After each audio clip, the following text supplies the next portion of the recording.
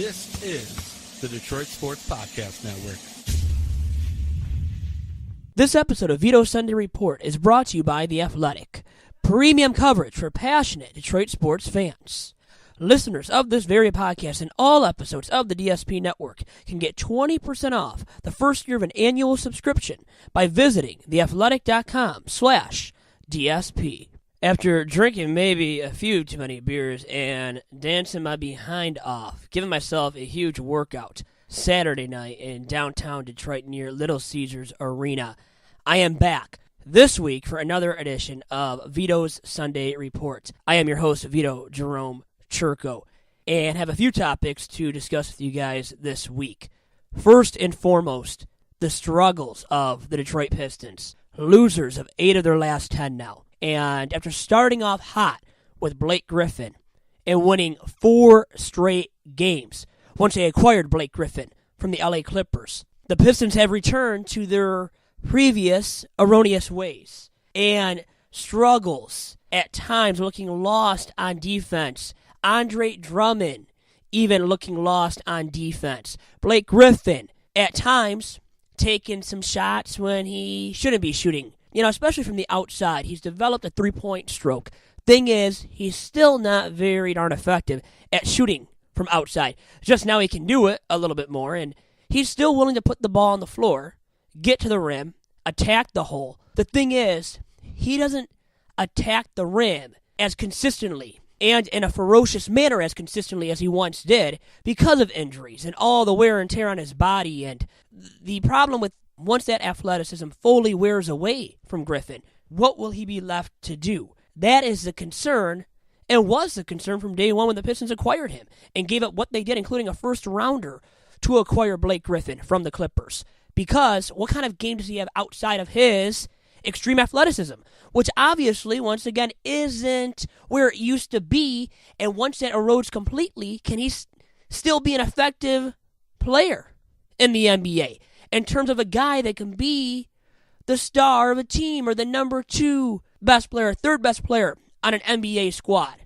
Well, time will tell. So you can't fully say right now that he will become irrelevant in 3 years from now, by the end of his contract, let's say. But the thing is, now the Pistons are on the books for all this money to pay Griffin for the remainder of his contract, and for better or worse, we'll find out the hard way what Blake Griffin becomes, or what becomes of Blake Griffin once that athleticism fully wears away. Just hopefully, all the Pistons can do is hope that by the time Griffin gets to that stage in his career where his athleticism is an afterthought, well, hopefully he's developed a more effective three-point shot and can do a bit more. Because if not, the Pistons will live with the aftermath. So many negatives in the aftermath. You know what? As a franchise of Pistons, don't look like they're going places right now, too. And they're trying to get into the playoffs, but they're trailing the Miami Heat 4 games back of the Heat after losing Saturday. And you lost Friday night on the road to the Orlando Magic. So this Florida road trip did not turn out very well for the Pistons. Did not turn out well at all. And you haven't won a game on the road since January 10th against the lowly Brooklyn Nets. That's the only team you've been able to beat on the road since January 10th. How embarrassing is that for the Pistons, for Stan Van Gundy, for the franchise? And I think it's a sign of things to come. And there have been reports out there now that Van Gundy's days in Motown are numbered. And at least as an executive, as the president of basketball operations, his days are highly numbered. I think those days come to an end at the end of this season. A season that looks like now is not going to end in a playoff appearance despite the acquisition of Griffin, having Drummond, all the money they're paying to him as a max contract player.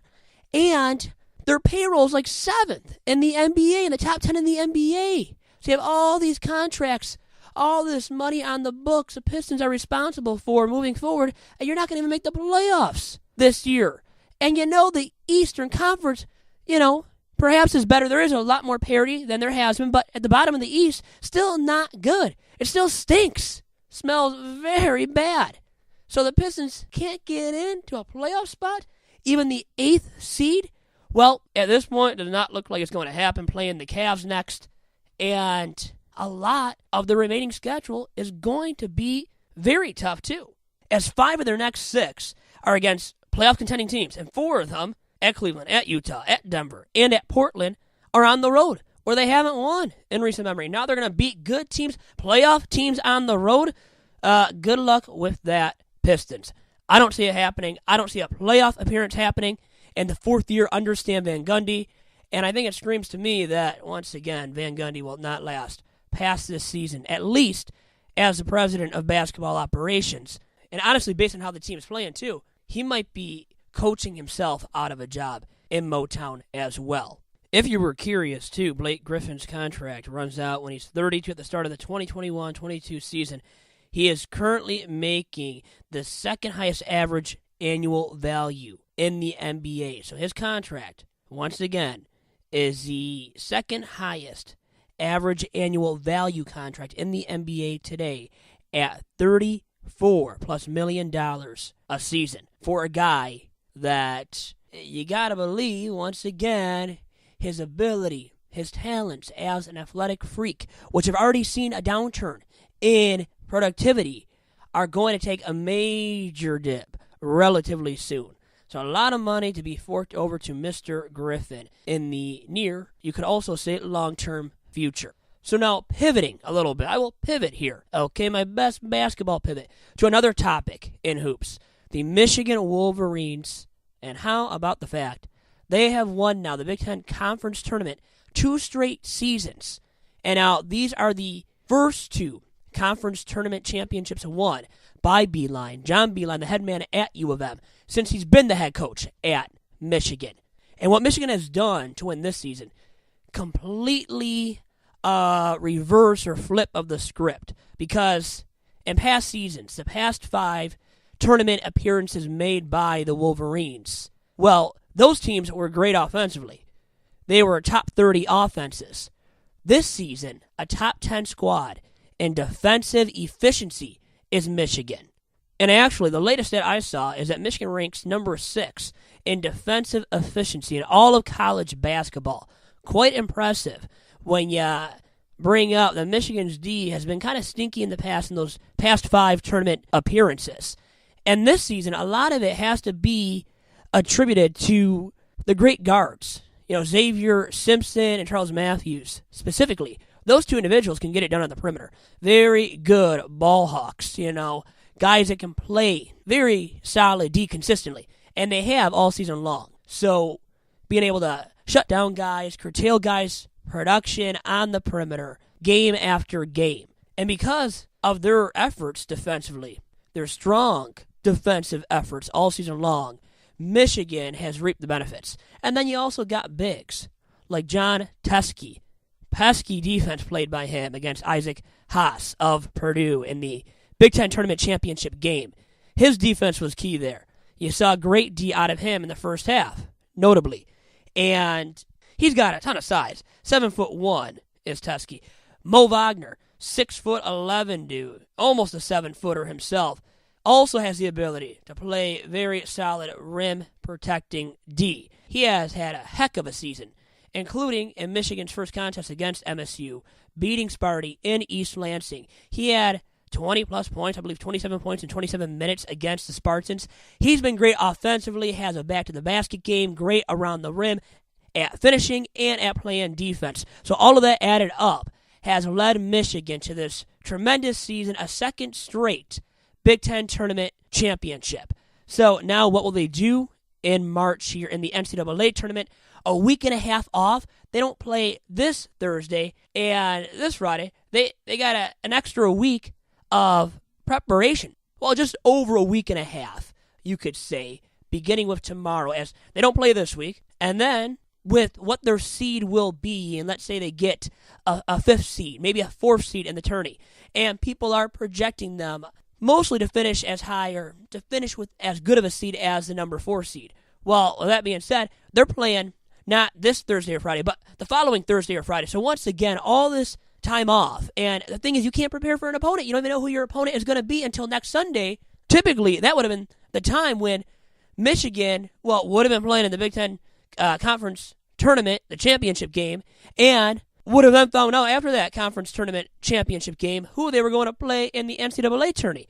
But now, because the Big Ten played its conference tourney in New York at MSG, Madison Square Garden, arguably the finest place to play basketball in all the world. Well, because of that, the schedule had to be moved up a bit. The end of the season, the regular season, had to be moved up. The conference tourney was subsequently moved up, and that's why you have this scheduling difference for the Big Ten with its conference tournament and all this time off subsequently for all these NCAA tournament teams, such as Michigan, such as MSU. MSU losing in the semis to Michigan. So 2 of Michigan State's 4 losses this season have come to its rivals in state, in Ann Arbor. And that's impressive in itself for Michigan and for John Beilein and what he's done with this program, truly ever since he took over, with the 2007-08 season being his first in Ann Arbor. And since then, he's led Michigan to really solid play, always being competitive. Even when they haven't made the NCAA tournament, they've been a competitive ball club and very good offensively. Once again, flip of the switch as this team has become a strong defensive squad, and that could mean a big run once again in the NCAA tournament. Perhaps another Sweet 16 run. I would say that at least right now is what you can get out of this Michigan team come the big dance. And I think the ceiling is much higher. It's for a greater finish, greater run out of Michigan in the NCAA tournament. I would say, arguably, you can predict a Final Four run out of this team because of what it does defensively and how it has NBA talent in Charles Matthews. Once again, a great defender on the perimeter and can do a bit more with this size as well. And Mo Wagner, arguably a draft lottery pick he will be in the NBA draft this year. So, yeah, 2 of those guys that you know will be players. Maybe not stars at the next level, but will be playing in the NBA next season. And now for Michigan State, a lot of it depends on the player of their bigs. And Michigan's bigs definitely have the upper hand when it comes to comparing U of M's bigs to MSU's bigs. Nick Ward, not consistently dominant or even productive. And then you look at, I think, the guy who is going to be key for Michigan State to make a tournament run. And I think everybody has noted him already, and he's had a great sophomore season at MSU. He is the man that graduated from Detroit U of D Jesuit, and the sophomore point guard, a great passer just like Irvin Magic Johnson. And I'm talking about Cassius Winston. Cassius has shot the ball extremely well this season, and from deep, from three-point range. And I think his shooting ability is something that Michigan State highly depends upon, and that could lead MSU to a big run itself in the big dance this season. But I still want to see now what Cassius, I think even in that first tournament game, how he shoots. And that could be indicative of what you get out of him. And obviously the opponents get tougher, so you can't totally predict what he will do the rest of the way in the tournament based on his first game against a much weaker opponent than a Michigan team or anybody that truly MSU played in the Big Ten this season. But still, I think you want to see him shooting the basketball from outside effectively from day one in the NCAA tourney. And with him, his now developed shooting prowess, if MSU gets that out of him in the big dance too, you could see Sparty making a deep run, I believe. And then obviously, Miles Bridges. What will he do in this year's tourney? Because he's a guy that really has hit the big buckets, is the guy that MSU for sure wants to give the ball to attempt to make the big buckets. And he's got that. There was talk he didn't have the killer instinct. Well, I think he's proven that throughout this season that he does. He can take the last shot of the game, but also make the last shot. So he is a guy still, though, that will get the ball when the game's on the line. And what will he do? So it's not just Cassius. It is Miles Bridges, too. Two of the biggest impact players that college basketball has today. So if they're going well, I think they can make up for the lack of consistently effective play from MSU bigs, Nick Ward, and also a guy I haven't mentioned yet, the highly talented Jaren Jackson Jr., a guy that will be in the NBA, and I think contributing in a huge fashion. And despite Michigan State having the better regular season than Michigan, you can argue right now that MSU actually will end up losing in the tournament before U of M does. I could see a Final Four run from Michigan. And with that being said, to recap, the Pistons aren't going anywhere but downhill from here. Their future isn't bright. The Red Wings' future, a team I haven't talked about this week, isn't bright. They're not going anywhere. It's time to rebuild, and trading Tatar, that's a way of starting to actively rebuild, or at least to retool on the fly, because they need, if not a complete revamping of that organization, well, a pretty darn close to complete revamping. So the Wings, they're not going to make the playoffs. The Pistons are not, but at least we have Michigan and Michigan State to watch in this year's NCAA tourney. And arguably, you could see deep runs made by both squads. And thanks to all of you for tuning in to this edition of Vito's Sunday Report. I hope you enjoy what I had to say. You didn't fall asleep halfway through my diatribe on the Pistons, on Michigan hoops, on Michigan State hoops.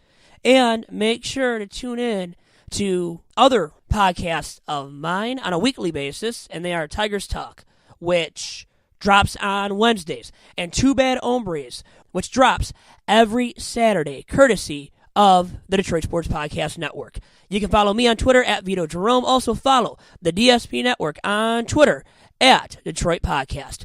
And you can find everything out that you want to about the Detroit Sports Podcast Network, not only through Twitter, but also online at our website of DetroitSportsPodcast.com. Once again, the website is DetroitSportsPodcast.com.